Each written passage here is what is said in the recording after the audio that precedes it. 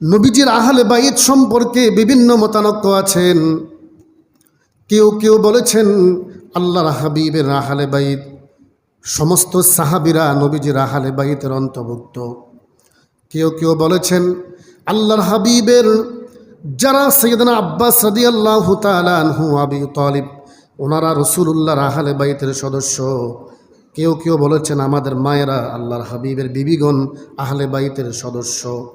আল্লাহর হাবিবের বিবিরা কোরআন দ্বারা আহলে বাইতের সদস্য এবং রাসূলুল্লাহর সমস্ত আলেম ওলামারা কিয়ামত পর্যন্ত যারা হক্কানি আলেম ওলামা থাকবে তারা সবাই নবীজির আহলে বাইতের সদস্য। তো আজকে আমি আপনাদের খেদমতে আহলে বাইত এবং সবাই একমত পাকে পাঞ্জাতন যাদেরকে বলা হয়, পাক মানে পবিত্র, পাঞ্জাতন মানে পাঁচজন পবিত্র সদস্য যারা, তাদের সম্পর্কে কিছু কথা বলে আমি আমার আলোচনা শেষ করব। পাকে পাঞ্জাতন দ্বারা উদ্দেশ্য হলো আমার আপনার নবী, দয়াল নবী, মায়ার নবী, 2 নম্বর সৈয়দনা আলী, 3 নম্বর সৈয়দনা মা ফাতেমা, 4 নম্বর ইমাম হাসান, 5 নম্বর ইমাম হুসাইন রাদিয়াল্লাহু তাআলা আনহুম।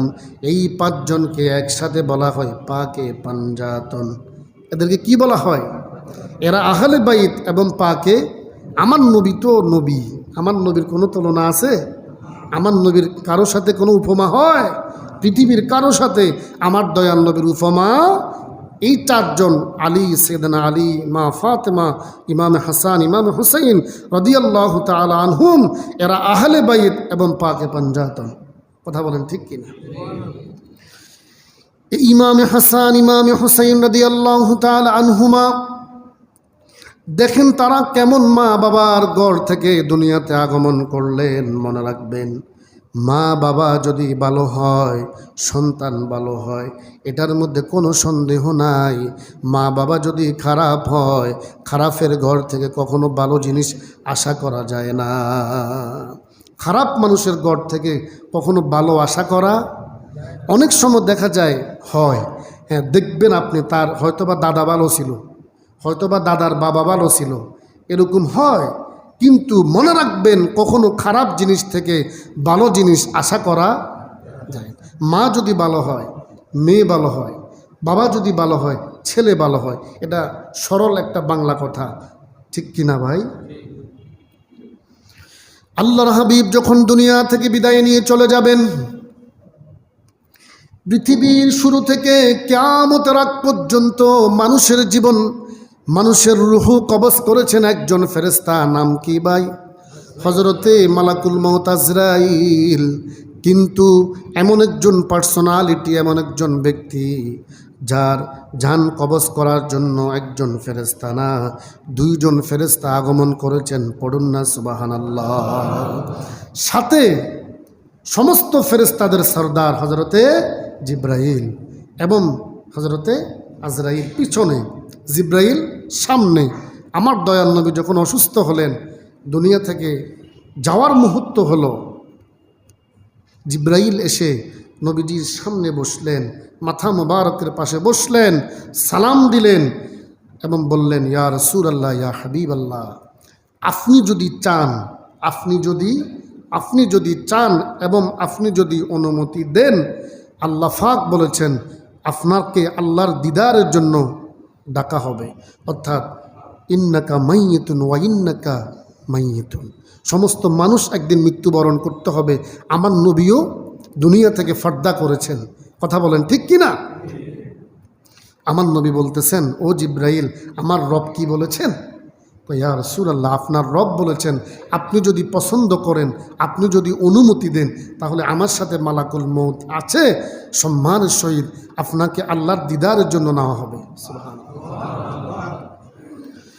আল্লাহর হাবিব বলেন, ও জিব্রাইল, যেহেতু দুনিয়াটা থাকার জায়গা না, একদিন তো যেতেই হবে, অতএব দুনিয়া থাকার চেয়ে আমি আমার রব আল্লাহর দিদারকে বেশি পছন্দ করি। ও জিব্রাইল, অনুমতি দিয়ে দিলাম, তুমি মালাকুল মউতকে বলো তার কাজটা সারানোর জন্য। অনুমতি নিয়েছেন শুধুমাত্র আমার আপনার নবীর জান কবজ করার আগে জিব্রাইল। তারপরে মালাকুল মউত সামনে আমার দয়াল নবীর সামনে আগমন করলেন। দেখেন অনুমতির আগে মালাকুল মউত আমার নবীর সামনে আসারও সাহস। সেই নবীর উম্মত আমরা, খুশি না বেজার? মুহতারাম হাজরিন, আল্লাহর হাবিব দুনিয়া থেকে বিদায় হবে, একজন বেশি বেশি কান্না করতেছেন, তিনি হযরতে ফাতেমা। নাম কি? হযরতে আল্লাহর হাবিব বলেন, ফাতেমা কান্না করবা না। ও মা, আমি তোমাকে একটা শুভ সংবাদ দিলাম মারে। আমার বিদায় হওয়ার পরে সর্বপ্রথম যার সাথে আমার সাক্ষাৎ হবে, যার সাথে আমার দিদার হবে, তিনি আর কেহ নয়, তুমি আমার মেয়ে ফাতেমা। এই কথা বলার পরে সাইয়েদনা ফাতেমা একটু আশ্বস্ত পেলেন, একটু খুশি হলেন। আল্লাহর হাবিবের ওফাত শরীফের 6 মাস না যেতেই যেতে মা ফাতেমার বিদায়। পহেলা রমজান সাইয়েদনা আলী রাদিয়াল্লাহু তাআলা আনহু মসজিদে গেলেন ফজরের নামাজ আদায় করার জন্য। ফজরের নামাজ আদায় করে সাইয়েদনা আলী যখন হুজরার মধ্যে প্রবেশ করলেন, দেখতেছেন মা ফাতেমা কান্না করতেছেন। সাইয়েদনা আলী বলে, ফাতেমা রে, তুমি কেন কান্দো? ফাতেমা কিছুই বলে না, তিনি আরো বেশি বেশি করে কান্না করতেছেন। ফাতেমার কান্না দেখে সাইয়েদনা আলীও কান্না করে। সাইয়েদনা আলী বলে, ফাতেমা রে, কেন কান্দো, আমাকে একটু বলো। মা ফাতেমা বলে, ও ফানের স্বামী আলী, গত রাত্রে আমি স্বপ্নে দেখলাম আমার আব্বা জান আমার ঘরের মধ্যে আগমন করিয়া তিনি যেন কি যেন খুঁজতেছেন। আমার আব্বা চলে যাওয়ার পথে আমার আব্বাকে আমি ডাক দিলাম, আব্বা রে, আপনি কি খুঁজতেছেন? আমার আব্বা বলে, ফাতেমা রে, আমি তোমাকে খুঁজতেছি। পড়ুন না সুবহানাল্লাহ। পহেলা রমজান। আল্লাহর হাবিব বলেন, ফাতেমা রে, তুমি আজকে সাহারি গ্রহণ করলা আলীর দস্তরখানে। ও মা, তুমি শুনো, আজকে ইফতার হবে তোমার আব্বা রহমতুল্লিল আলামিনের দস্তরখানে। পড়ুন না সুবহানাল্লাহ। সাইয়েদনা আলী আর বুঝতে বাকি নাই, আমার ফাতেমা আর মনে হয় আজকে দিন পর্যন্ত থাকবে না, ইফতারের আগে আগে ইন্তেকাল করবে। এটা বলে বলে দুইজন স্বামী এবং স্ত্রী কান্না করে। এই পথিমধ্যে ইমাম হাসান এবং হুসাইন আগমন করলেন। মা, ও বাবা, তোমরা কেন কান্না করো? মা ফাতেমা সন্তানদেরকে একটু তিনি আদর করে আশ্বস্ত করে বললেন, বাবারা রে, তোমরা চলে যাও নানা জানের রওজার পাকে, নানা জানের সাথে একটু দিদার করে আসো। সাইয়েদনা ইমাম হাসান ইমাম হুসাইন চলে গেলেন নানা জানের রওজায়। নানা জানের রওজা যাওয়ার পরে রওজা থেকে আওয়াজ এসে গেল, ও হাসান হুসাইন, আমার নাতিদয়, তোমরা আজকে কেন আমার রওজার সামনে? আমার সাথে তো তোমাদের প্রায় প্রতিদিন দেখা হবে, এখনই সময়, তাড়াতাড়ি বাড়িতে যাও। আজকে দিনের জন্য ভালোভাবে মায়ের চেহারার দিকে একটু তাকাও। আজকের দিনের পরে মাকে আর দেখবা না। এই কথা বলার পরে দুইজন সন্তান ইমাম হাসান হুসাইন মা এবং বাবার কাছে এসে কান্না বিজড়িত কণ্ঠে বলে, স্বামী রে, মা রে, ও মা, ও বাবা, তোমরা কেন কান্না করো?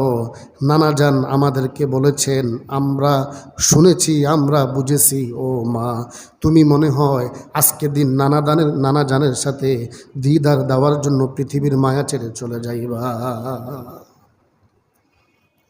দুই সন্তান, ছোট ছোট বাচ্চা, নানা জান পাঠিয়ে দিয়েছেন, ও নাতি, আজকে বাড়িতে চলে যাও, মায়ের চেহারার দিকে তাকাও, আজকে দিনের পরে মাকে আর পাবে না।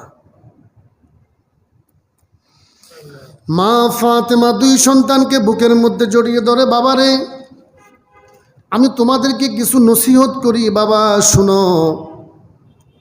জীবনে যত বিপদ মুসিবত আসে, কখনো বিপদ মুসিবতে হতাশ হবে না। 2 নাম্বার কখনো মিথ্যা কথা বলবা না। 3 নাম্বার কখনো ফরের হক নষ্ট করবা না। 4 নাম্বার কখনো নামাজ কাজা করবা না। 5 নাম্বার কখনো মানুষের মনে কষ্ট দিবা না। মা নসিহত করলেন সন্তানদেরকে। প্রিয় মুহতারাম হাজিরিন, মা ফাতেমা দেখেন তিনি কেমন মহিলা। দুনিয়া থেকে বিদায় হয়ে চলে যাবে আজকে দিনে, নিউজ পেয়ে গেছেন, সংবাদ পেয়ে গেছেন, কিন্তু ঘরের মধ্যে যত কাজ কর্ম যা যা ছিল সব কিছু তিনি গোছাইয়া সুন্দরভাবে কাজগুলো করে তিনি স্বামীকে সব কিছু বুঝাইয়া স্বামীর কাছে 3টা জিনিস চাইলেন। বলেন কয়টা? মা ফাতেমার জ্বর দিন দিন দিন দিন আরও বেড়ে যাচ্ছে। বাইরারে মনে রাখবেন, আল্লাহর যে বান্দা জ্বরে আক্রান্ত হয়ে যে বান্দি ইন্তেকাল করবে, আল্লাহর নবী বলেন আল্লাহ রব্বুল আলামিন তাকে শাহাদাতের মর্যাদা দান করবে। মা ফাতেমা জ্বরে আক্রান্ত হয়ে ইন্তেকাল করছেন। এই যখন আমি কালামগুলো লিখতেছি, এই কালামগুলো যখন আমি লিখতেছি, বিশ্বাস করেন হাউমাউ করে আমি একা একা বসে বসে কান্না করছি, কারণ আমার মাও জ্বরে ইন্তেকাল করছে। মা ফাতেমা বলে, স্বামীরে আপনার কাছে আমার কয়েকটা জিনিস চাওয়ার আছে।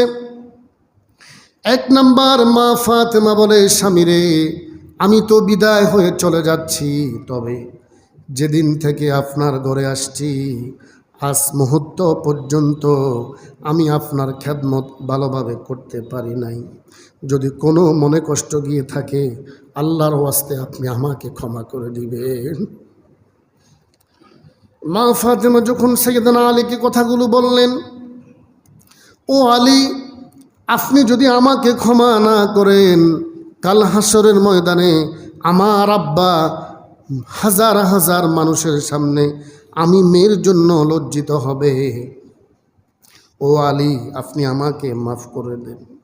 সাইয়েদনা আলী বলে, ফাতেমা রে, তোমাকে বিবাহ করার জন্য মক্কা নগরীর মদিনা শরীফের আরব দেশের বড় বড় সাহাবীরা আল্লাহর হাবিবের কাছে প্রস্তাব দিয়েছিল, কিন্তু নবীজি আল্লাহর নির্দেশে তোমাকে আমার কাছে বিবাহ দিয়েছেন রে ফাতেমা।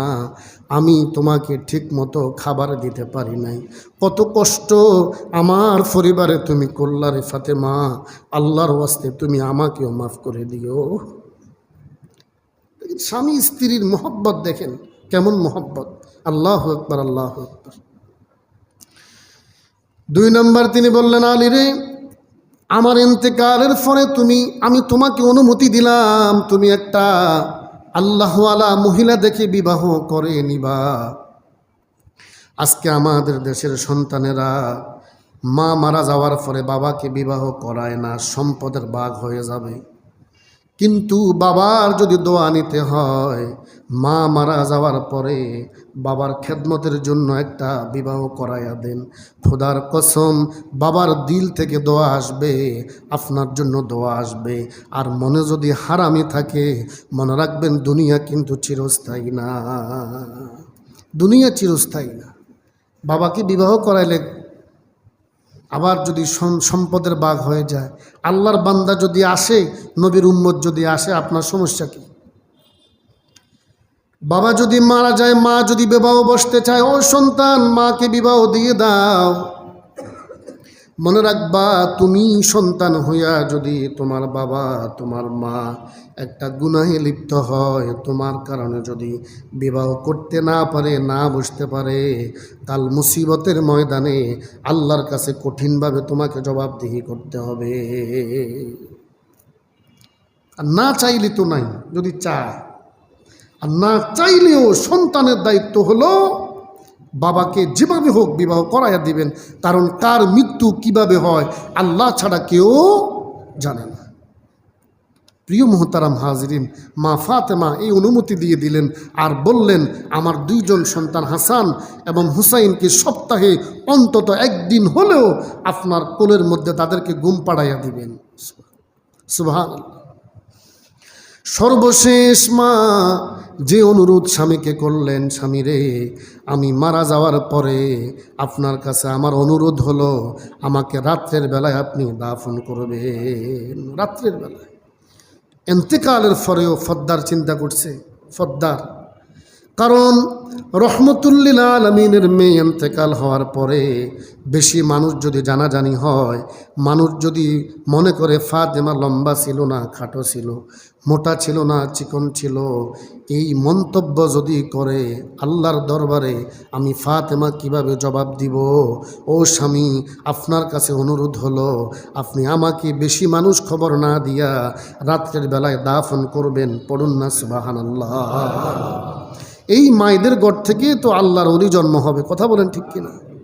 আজকে মায়েরা সন্তান গর্বে মার্কেটে মার্কেটে হাঁটে, হাঁটে কি হাঁটে না?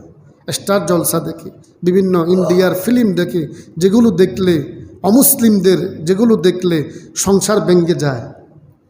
সংসার কি হয়? ভেঙ্গে যায়। কোনো অমুসলিম মুসলমানের বন্ধু না। আল্লাহর ওয়াস্তে মনে রাখবেন, কোনো অমুসলিম মুসলমানের বন্ধু না। অতএব সাবধান, ইমান তাজা করেন। ও মায়েরা, ও বোনেরা, মা ফাতেমার মতো আদর্শ গ্রহণ করেন, দুনিয়া আখিরাত উভয়টা উজালা হয়ে যাবে ইনশাআল্লাহ। আল্লাহ রব্বুল আলামিন আমাদের সকলকে বুঝার এবং মানার আমল করার তৌফিক দান করুক, আমিন।